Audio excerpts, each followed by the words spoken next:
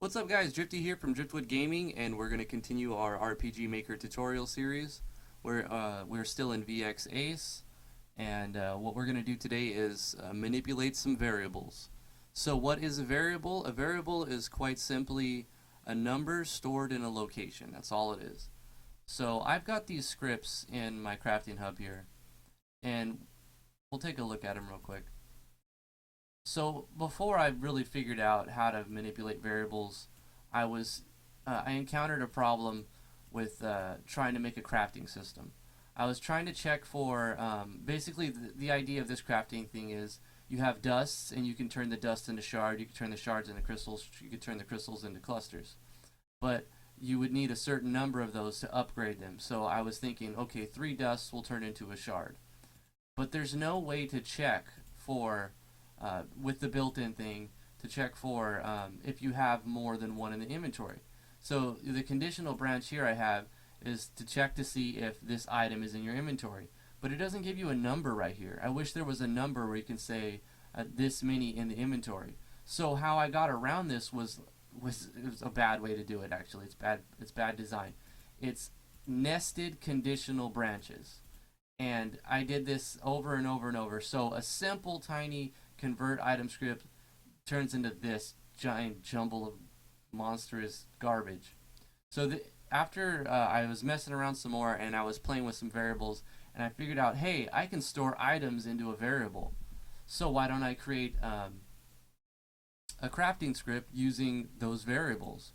So in the town, I have these crafters, and they have that sort of system in play. So instead of, see, these guys are crafting a lot of different items. Well, actually, he's only crafting 2 right here.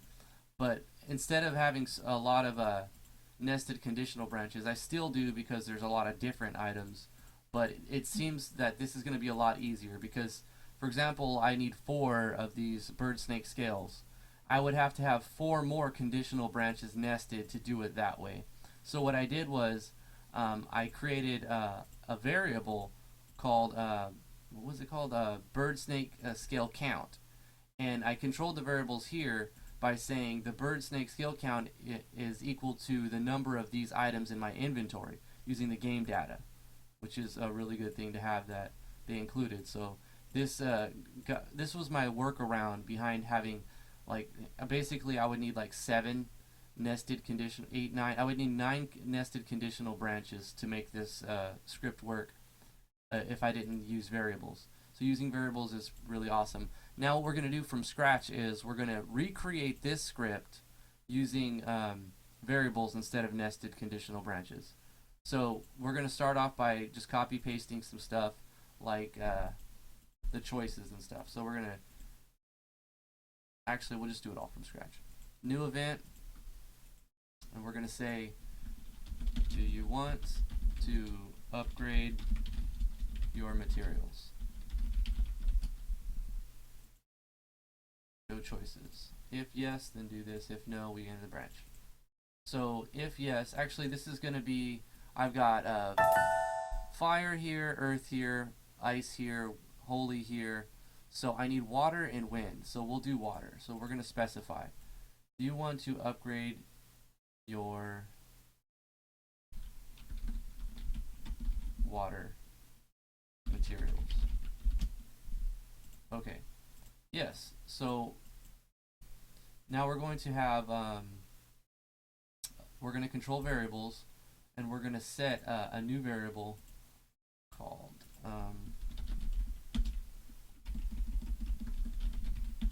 water dust count. Or no, it was water droplet. Water droplet. Doesn't make sense. Water dust. Water droplet count. Spelling doesn't matter here, but it's just accessing a location. But we're going to set that to game data, the number of water droplets in the inventory.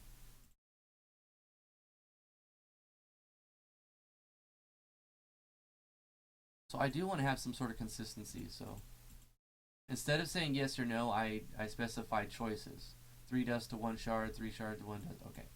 So we're going to do the same thing here. Instead of a yes or no option here, we're going to go 3 drops to 1 shard. And then we're going to say our cancel is option 4.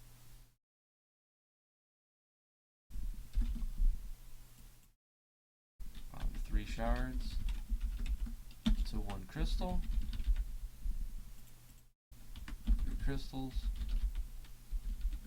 to 1 cluster. There, that makes more sense. So we're going to control the variable of our water droplet counts right there, and then we're going to make a condition. Condition is going to be if our variable water droplet count is greater than or equal to 3, then we're going to remove 3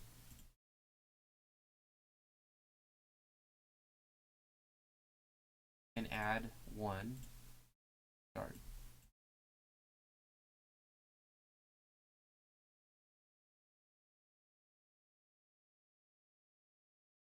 And we can create an animation for it too, just to make it look cooler. So let's, for consistency, I'm just double checking. So,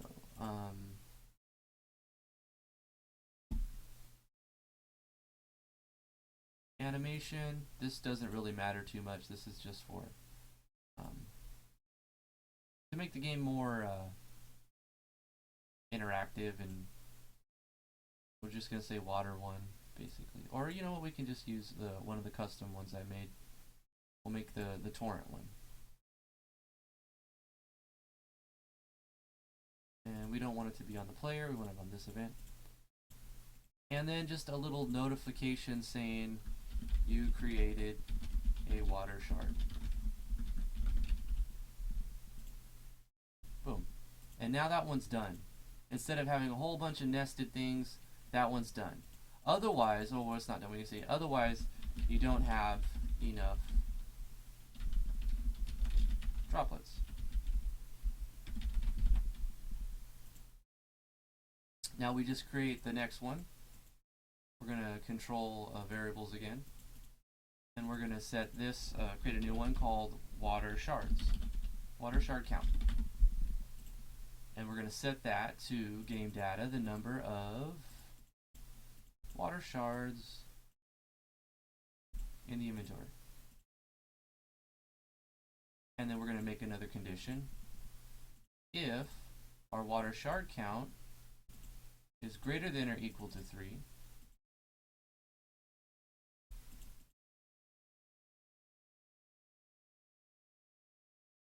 we're going to control items, remove 3 shards,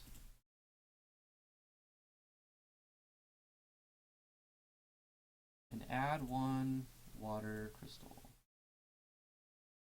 Boom. And then we can just use the same animation.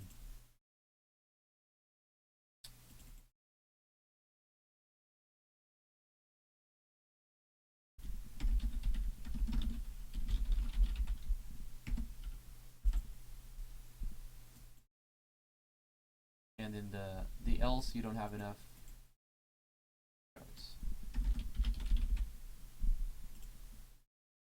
And then for the clusters, we're basically going to copy the same thing that we just did, but in all instances of water shard, we're going to be using water crystal count. And we're going to set this to the number of water crystals we have in our inventory.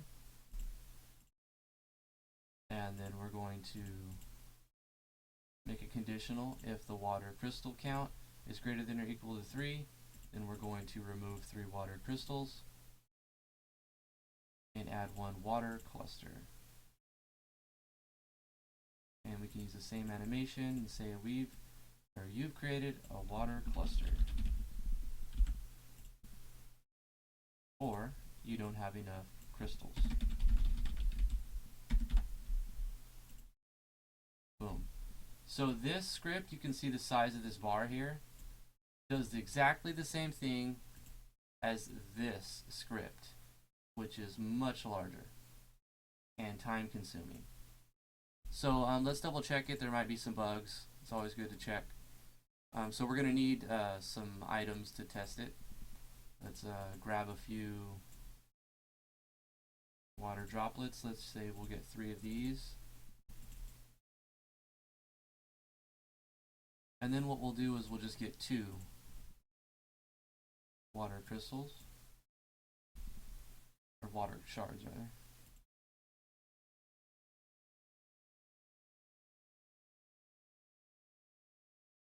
And then we'll get 2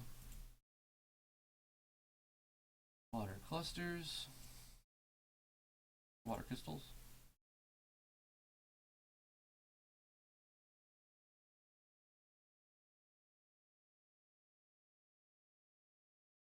And that should let us create a water cluster. Yes. Okay, let's test it. A new game.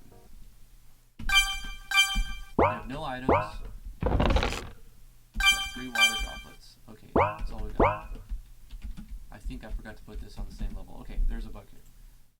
This event needs to be same level as characters. Priority, or no. Yeah, same as character.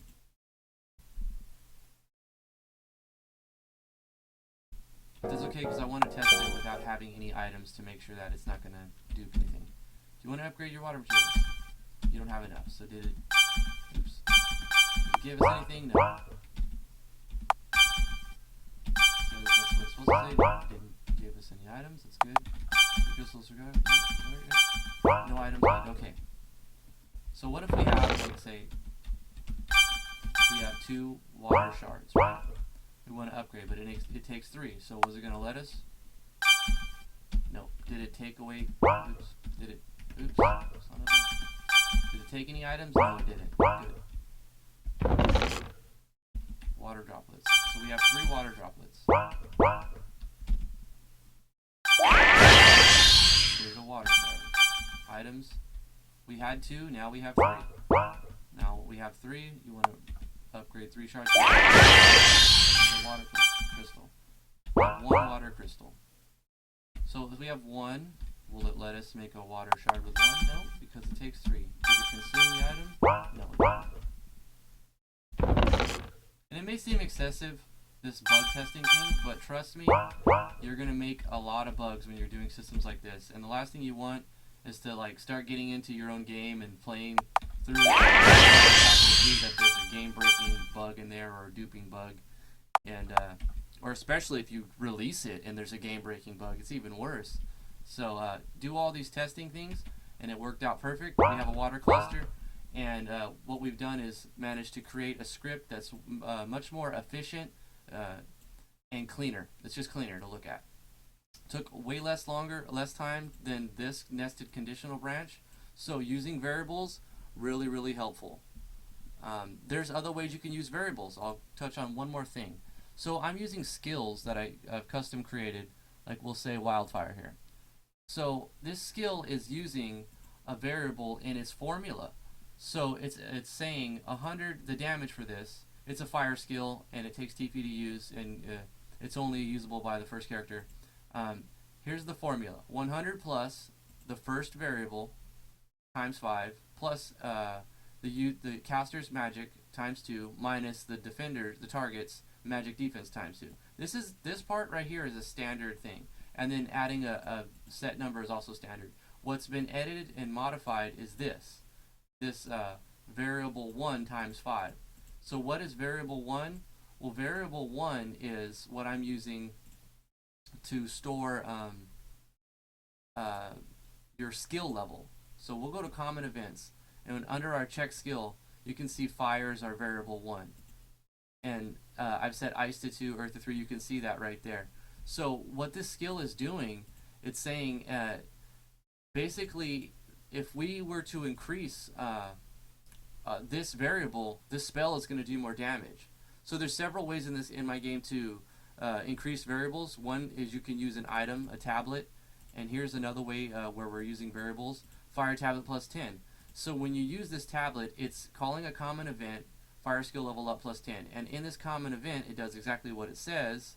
It's just taking the fire skill level, which is in place of variable 1, and it's adding 10 to it and playing animations and stuff. But so what that does when you use that tablet, it's increasing the skill wildfire. Also, the more you use this skill, the stronger it gets. So every time you use this skill in battle, it calls on another common event, which is adjusting a variable. It's calling a common event. Let's look at that common event. Fire skill level up 1. All it does is a hidden +1 effect to fire skill. So every time you use that fire skill, it gets +1, which effectively, since it's calling a variable 1 in the formula, it's multiplying that times 5, not the variable itself, but the damage output. So every time you use it, it's getting basically 5 more damage. So that's how character growth is in this game.